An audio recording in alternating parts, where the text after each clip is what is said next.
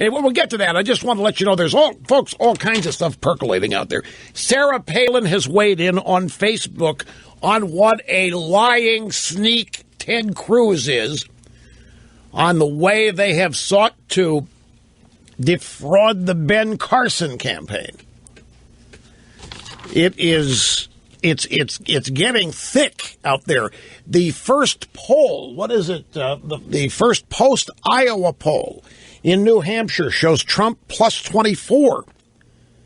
Now, I have to again share with you that which I shared yesterday. Predicted it. It's happening today. A bunch of conventional wisdom people, establishment media people are writing, and this is their hope. It has to be their hope. They're hoping that Trump finishing second blows all these polls that show him up 24, 25, whatever it is in New Hampshire, out of the water. They hope that finishing second destroys this winner myth. They're thinking that it's going to blow it sky high and that people in support of Trump in New Hampshire are not going to be able to maintain their support because the momentum's been lost. In furtherance of that, the liberal polling unit out of North Carolina, Public Policy Polling, has teased the results of a poll they're going to release tomorrow. They haven't released anything but this little tease.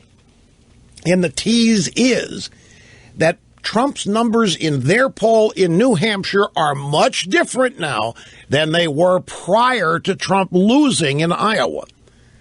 So a lot of people are glomming on that. See, we knew this was going to happen. But meanwhile, before any of that happens, while all of that remains theory, it's what I told you yesterday is going to happen. Folks, it's amazing when you know how this stuff works, how you can spot what's phony and ignore it. Like all the days, all the months leading up to the Iowa caucuses was theory, prediction, some educated guess based on polling data. But look at how the absolute reality of everything was turned upside down after nothing more than an actual election providing actual hard votes, which gave us an actual hard result.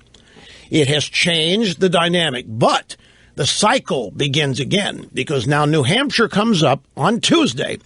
Between now and then, the theorizing, the predicting, the analyzing based on the past, Iowa, has begun. People are going to tell you what they think is going to happen in New Hampshire because of what happened in Iowa. They'll produce some polling data to back up whatever their contentions are. Meanwhile, the campaigns reignite, go on at full speed,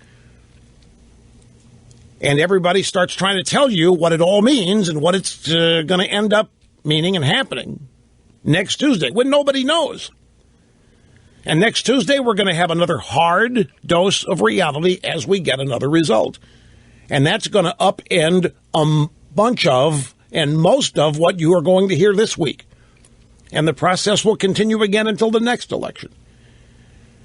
And once you're able to spot the fluff, which you should be able to do because you have me guiding you through this intricately woven web of deceit, then it becomes even more interesting and more when you're able to identify the know-nothings masquerading as experts and so forth, and when you're able to identify the people that may really know what they're talking about and are worth paying attention, it becomes even more fun than it already is, because what we're dealing with now is voyeurism.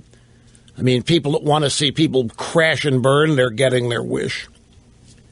Others who want to see people triumph and come out of the ashes when it wasn't expected, they're getting their wish. Rand Paul, by the way, has announced he's out. He quit today. Going to go back now and focus on his senatorial reelection for Kentucky. All kinds of pressure now with Rubio, and this, by the way, this is not projection or wild guessery. Rubio's finish in Iowa has changed the dynamic in terms of everybody's going to be loaded up against Rubio this week and in the debate on Saturday. Everybody. You have Jeb. You're going to have Christie. You're going to have Kasich. Every one of these, in addition to going after Cruz, but they're now going to add Rubio. Rubio is going to be the focus of it because Rubio has now won, if you want to express it loosely, Rubio has been named as the establishment enemy candidate. that you've got to take out Rubio in order to take out the Republican establishment. And Rubio is aware of this, and so it's fascinating to watch all these pieces come together. And we're going to have a lot of fun today, by the way, as all of this, if the audio sound bites and some of your calls added into this, make sense of all this. By the end of the program today, you're going to have a pretty good feel for where this is headed the rest of the week. So don't go anywhere. Hang in there. Be tough. We will be right back.